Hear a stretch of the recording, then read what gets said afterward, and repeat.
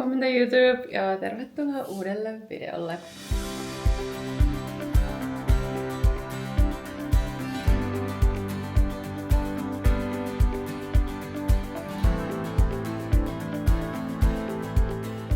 Tänään on tiistai ja tänään on myös tosi jänskä päivä, koska tänään on jääkiekkopeli ja meidän sarja on 3-1. Ei kerro varmaan kovin monelle hirveästi yhtään mitään, mutta se tarkoittaa, että jos me hävittäis, niin meidän kausi on ohi. Mutta kun me voitetaan, niin meidän kausi jatkuu. Tänään on ekstra jännittävä päivä sen takia. Tänään en ole voinut ihan hirveän hyvin. Mulla alkoi siis menkat aamulla. Siis mulla vaikuttaa tää ihan hirveästi. Tai että mulla on niin kun jotenkin tosi semmonen paksu ja turvannut olo. Mulla ei innosta mikään. Mua väsyttää ihan sikana. Mua sattuu joka paikkaan. Mulla on niin huono olo yksinkertaisesti. Mä ajattelin lähteä käymään ruokakaupassa. Mun pitäisi keksiä päivälle joku pasta. Mutta olisi kiva tehdä siitä jotain niin kuin hyvää pastaa. Mulla on muutama semmonen pussi Italiasta tuotua pastaa. Ja yksi niistä esimerkiksi on semmonen tryffelipasta. Ja sitten toinen oli semmonen, joka sopii hyvin lohelle. Niin mietin, että ehkä voisi olla lohipasta. Tai sitten jos tehdään siihen tryffelipastaan, niin ehkä se voisi olla kana. Mutta mietin, että mitenhän se tryffelipasta tehdään. Mä voin näyttää sen. Mä en tiedä, että keitetäänkö nämä tryffelit tossa mukana. Toki. Niin. No kyllä tässä varmaan sitten lukee italian kielellä, niin pitää käyttää vähän Google Translate. Toinen pasta, mikä mulla on tällainen. Ja tässä lukee Riccioli al salmone, tommosen lohipastan kuva, ja sitten täällä on myös lohi. Niin tää varmaankin sopii tosi hyvin, jos tehdään lohipastaa. Mut mä en taas tiedä, onko pelipäivänä kovin kiva syödä lohta, koska mulla ainakin kala saattaa niinku nousta ylös. Niin ehkä me mennään nyt tryffelillä.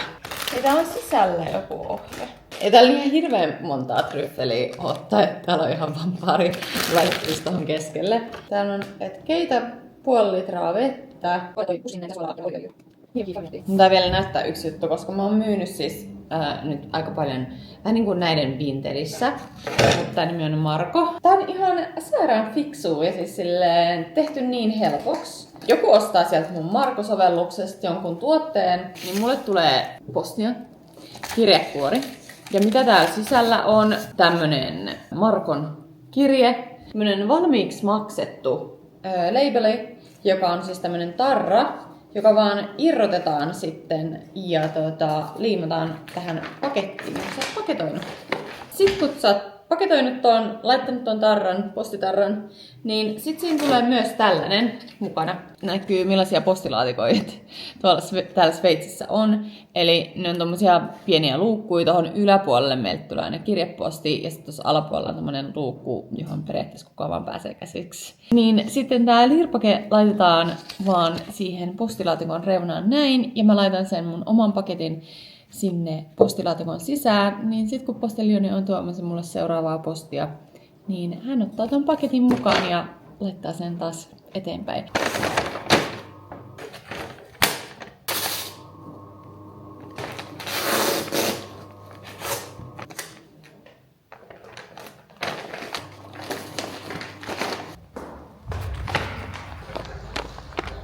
On tässä postilaatikot, niin mä vaan laitan paketit tänne ja sitten tän lapun siihen.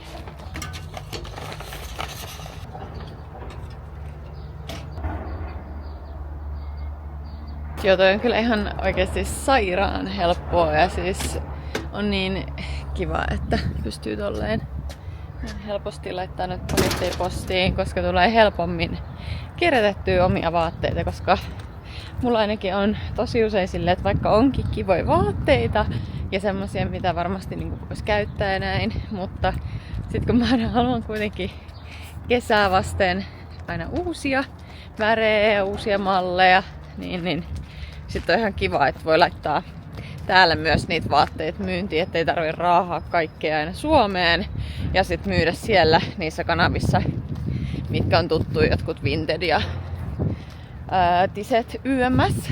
Niin on kyllä kiva, että mä löysin tommosen appin, niin voi sitten laittaa täälläkin myyntiin tavaroita. Mut nyt mä menen käymään kaupassa, niin käydään ostaa siihen pastaan ainekset ja sit mä ostan vähän jogurttia ja tommosta must-juttua muutakin.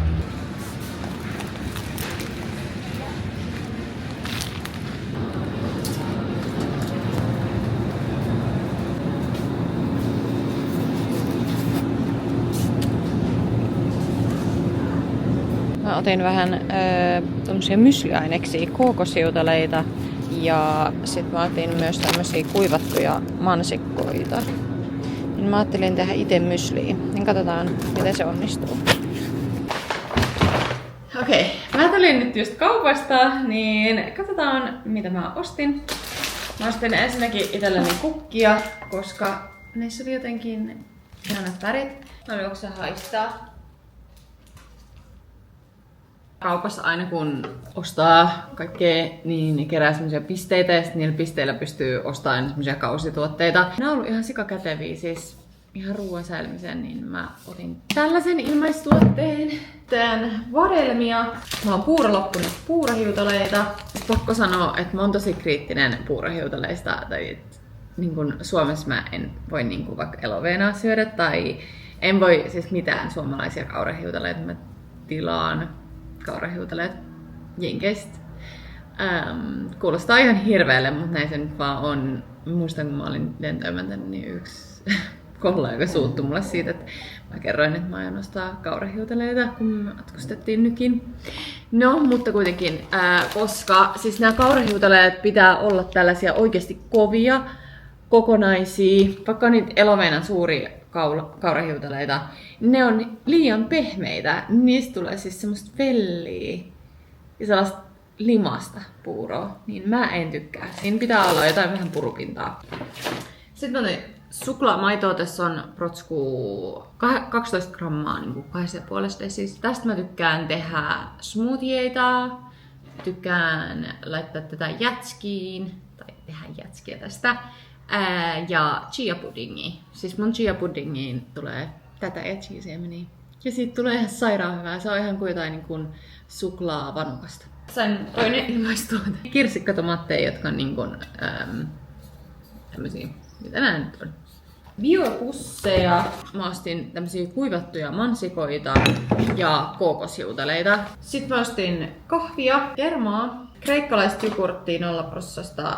Tää on maailman paras jogurtti ikinä. Mä toivon, että Suomeen on tullut jo tää myyntiin. Mä otin lohta, koska tää oli tarjouksessa puoleen hintaan.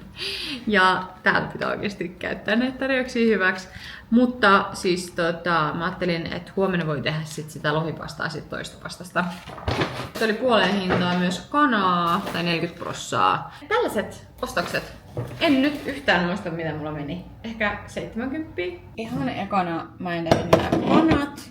Ja mä teen nää aina airfryerissa. Ja siis me just eilen puhuttiin siitä Antinkaan, että meillä ei ole kotona Suomessa airfryeria, niin meidän on pakko ostaa se, koska me ei pystytä elämään enää ilman airfryeria. Ei, siis oikeesti tää kana ei maistu miltään ilman airfryeria. Tää on ihan paras keksintö ikinä. Rapee ulkokuori, mut sit se on semmonen täydellisesti paistunut sisältä. Niin mä oon tosi kriittinen myös kanasta. Mä aina laitan oikeastaan samat ainekset tähän kanaan.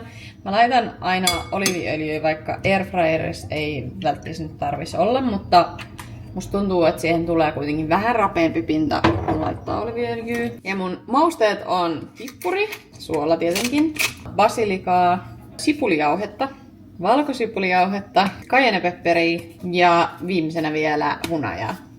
Siis toi hunaja vaikka kuulostaa jotenkin ehkä vähän oudolle tossa, mutta se tuo siihen täydellistä semmoista makeutta. Jos jollain on kokemuksia joistain oikeasti hyvistä airfryereista, että oot huomannut, että meidän airfryer on paras ikinä, niin saa vinkkaa tuohon kommenttiboksiin. Sitten vielä nämä kanat tänne airfryeriin. Sitten me tehdään vaan toi pasta. Eli siinä ohjeessa oli 1,5 litraa vettä. Vesi kiehuu, niin nyt on aika laittaa pasta.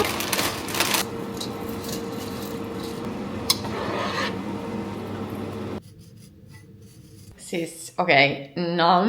Mä toivon, että maistuu yhtä hyvällä, miltä tää näyttää. Siis onks kaikilla muilla sama kuin mulla, että silloin kun niillä on menkat, niin mua ei kiinnosta yhtään, mitä mä syön. Tai no siis en mä nyt mitään niin ihan överiksi vie, mutta jälleen kun on menkat, niin hyväksyn kaikki ruuat, vaikka suklaata aamupalaksi. Niin ja siis tää pasta on kyllä tosi hyvä.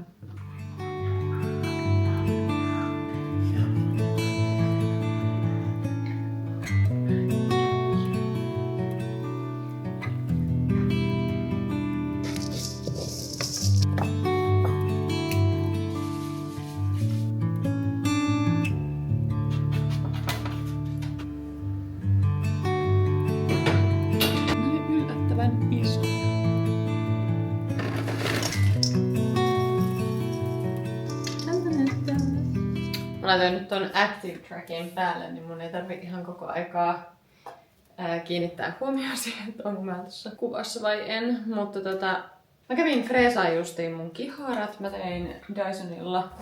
Ja mä siis käytän Dysonin alla aina semmoista tuotetta, joka auttaa nää pysymään koko päivän. Ja ne pysyy kyllä siis niinku seuraavankin päivän, mutta ainut ongelma on se, että mä nukun silleen, että ne ei pysy niinku hyvänä. Pohjalla mä käytän tätä Rhoden Barrier Restore Cream ja sit Glazing Milk. Ne on maailman parhaat tuotteet. Mulla on aiempi YouTube-video siitä, että miten sä saat tilattua nämä Rhoden tuotteet Suomeen, jos haluat käydä katsomassa. Löytyy sieltä mun feedistä. Ja siis heti kun me tullaan Suomeen, niin mä teen suuren tilauksen Rhodelta ja tilaan. Koska I need them in my life. Mut joo, mä teen meikin tällä kertaa. Laitan tämmöstä It Cosmeticsin matta meikkivoidetta. Mä tykkään tosi paljon näistä It Cosmeticsin meikkivoiteista. Nää on tosi peittäviä. Siis niin kun, että jos haluaa kuulaan meikin, niin ehkä ei. Et jos haluaa kuulaan meikin, niin voin suositella niitä Kaijan meikkivoiteet. Mut sit taas tää on niinku tosi peittävä. Tää peittää niinku kaiken. Tää aika jotenkin vuodesta on aika ressaavaa. Mä yritän tehdä kaikkeni, että mä ressaan mahdollisimman vähän. Mä oon ehkä sosiaalisessa mediassa vähän hiljaisempi, koska mä en kaipaa mitään ylimääräistä ressiä. Musta tuntuu, että tää jääkiekko on jotenkin niin epävarmaa, niin haluu tuoda siihen semmoista pientä varmuutta edes sillä, että sit ei ja ihan liikaa itsestään, jotta niin pysyy hallinnassa kaikki se oma henkinen hyvinvointi. Koska sit mä oon huomannut, että jos mä taas jaan vaikka TikTokissa tosi paljon, niin sit sieltä helposti tulee semmosia vihakommentteja, että sitten ne helposti tulee sit omaan mieleen, ja ne on jotain semmosia asioita, mitä nyt tällä hetkellä ei tarvitse tähän elämään, kun tää on muutenkin niin stressaavaa. Mun meikkivoide on tosiaan niin peittävää, niin mä laitan ihan tämmöstä tosi kevyttä concealeri Diorilta. En oo suuri fani, en voi suositella. Mutta yksi stressin aihe tässä lentomatkustamisessa takaisin Suomeen on toi koira, koska me ei olla ikinä lennetty ton koiran kanssa. Me ollaan siis aina vaan menty autolla sen kanssa. Ja toki sitten täällä Lausannessa silleen bussilla ja junalla on hyvä matkustamaan. Mutta mua jännittää se lentokoneessa oleminen, koska se ei tykkää yhtään olla niin kuin erossa meistä. Muuta kuin esimerkiksi vaikka kotona, niin jos mä jätän sen kotiin vaikka peliajaksi tai pidemmäksi, niin ei se niin kuin sitä haittaa. Että se on tosi hyvä siinä. Mutta jos se vaikka näkee, että mä lähden pois, niin kuin vaikka ton lentokopin luolta, niin se menee aivan paniikkiin. Se on ainut niin kuin stressaava asia tässä matkustamisessa ehkä tällä hetkellä, tai semmoinen niin kuin suurin stressin aihe. Me ollaan harjoiteltu kyllä lentomatkustamiseen koppia, mutta se ei ole sujunut ihan täydellisesti, tai kyllä se sieltä tosi paljon ressaa, ja sit ehkä myös sekin jännittää, kun me ollaan siis EUn ulkopuolella, niin täällä on tosi paljon tuotteita, mitkä on täällä sallittu, mutta ei ole EU:ssa. Esimerkiksi Suomessa ei ole sallittui. Niin esimerkiksi se, että kun mä menen eläinlääkäriin hakemaan hänelle niin kun jotain rauhoittavaa sitä lentomatkustamista varten, niin vaikka ne lääkkeet, mitä ne nyt tai niin kuin olisi halunnut antaa mulle, niin ne ei ole sallittui EU:ssa. Että ne oli tällä hetkellä jotenkin erikoisluvalla vain. Niin se ehkä vähän jännittää, että kun täällä on niin asiat toimii ehkä eri lailla. tuntuu, että mun meikki on nyt valmis. Mä laitan kaikki poskipunat ja highlighterit, kulmat. Joo. Ehkä me mennään tällä lookilla. Sitten on vaan asun valinta, että mitä mä puen tänään. Ja se onkin sitten vähän eri juttu. Toi on niin vaikea, kun meillä on siis noi playoff-takit. Niin musta tuntuu, että mun jokainen asu on aina ihan samannäköinen. Mä menen nyt hetkeksi vielä chillaa. Ennen kuin tarvii sitten jännittää koko päivä tota peliä, niin palaillaan sitten kohta. Mä just lähdin peliin. Mä jätin Noelin kotiin. Ja mä en kestä oikeesti. Se jäi sinne makaamaan mun hupparin päälle. Niin se varmaan halusi nukkua sen hupparin päällä, että se tuoksuttaa siitä mua, niin mä en viittinyt ottaa sitä pois, vaikka mua jännittää, että jos se syö sen, koska se oli mun alohuppari, mutta mä vaan ajattelin, että ehkä sillä on kivempi olla. Niin toivotaan nyt, pidetään sormet ristissä, että se ei syö mun alohuppari. Mä kyllä ostin just uuden punaisen värisenä, että jos se syö, niin se ei ole mun ainut, mutta voi Noel, sinne se jäi. Mutta mä oon nytten kävelemässä tonne hallille. Mulla on 10 minsaa aikaa ennen kuin meidän pitäisi tavata noiden tyttöjen kanssa. Me mennään syömään ensiksi tartarit, mikä on ihan sikakiva, koska täällä on oikeasti maailman parhaat tartarit. Ei ole mitään parempaa. Siis se tartar maistuu aivan Big Mac hampurilaiselta. Ihan oikeasti. Siis ihan törkeä hyvät. Tekis meillä ottaa 4 tartaria. Se yksi annos on 2. Maailman parhaat tartarit mennään syömään. Ottaa vähän kuoharia. Ja sitten juhlistamaan tätä peliä. Ja ehkä vähän poistamaan sillä kuoharilla myös jännitystä. Mutta nyt mä kävelen tonne hallille. Täällä on tosi paljon liikennettä, niin varmaan tää mikki ei enää pelaa niin hyvin. Niin palaillaan hallilla.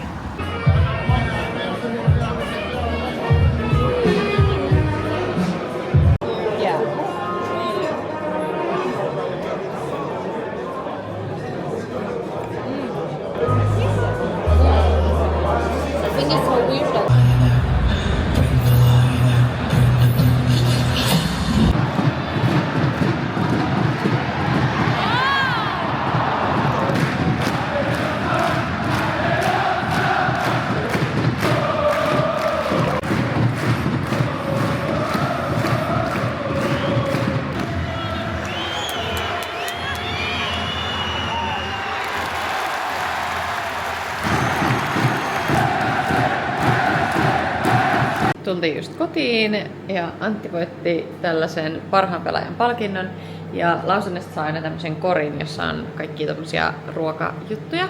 Ja täällä on konvehtia. Mitkä sä ajattelet? Varmaan nää kaikki. Näyttää aika hyvältä. Onks niissä mitään, että mitä ne on? Ei. Ihan good luck. Mä lähden tällä. Toi on aika kivan näköinen, toi näyttää niinku sokeriselta. Mut sä tykkäät valkosuklaasta, miksi te meni valkosuklaasta? Bueno. Okei, mä menen valkosuklaalla. Joo. Okei. Onko hyvä? Sun pitää syödä toi loppuun. Se on niin valkosuklaa. Tää on varmaan joku salted caramel, kun siinä on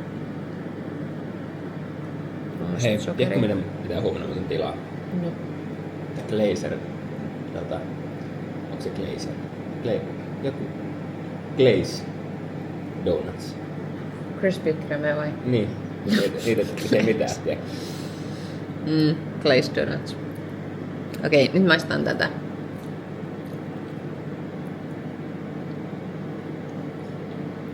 Syö vaan. Eiku osaa se, mä en pysty. Aha. Mitä muuta saatiin täällä? Mä voin näyttää. Ei ole. Tää ei oo muuta. Joko alkoholi vai? Kookos. Se on hyvä. Ei oo. Meidän pitäisi itse tehdä pizzataikinaa, koska meillä on jo 3 pakettia varmaan näin. Pizza, pasta, jauhetta. Aina tulee vinegretteä tai niinku viinietikkaa. Ja sit se on aina joku makusta. Niin nyt on vadelma. Sitten tuli luomupastaa, kelöityjä vihanneksia, mustikkahilloa, no. Sitten tuli tämmöisiä tikkuja, leipätikkuja aina, ja tää on vissiin niinku juustotikkuja, jos mä oon ymmärtänyt oikein. Ei oo mun favorite, näitä syödään yleensä viinin kanssa. Ja sit on mehu, sappelinissa oluen. Se on jo jääkaapissa. Aina on tällainen paikallinen olut, ja nyt on Brasserie du Jorat La Blonde. Ja toi on yleensä aina vaihtuu kans, että mikä olut siellä on. Moikka, mä haluan vielä tulla sanomaan, että kiitos kun katsoitte tämän vlogin ja nähdään seuraavalla. Me tosiaan voitettiin toi edellinen peli, mä unohdin mainita sen.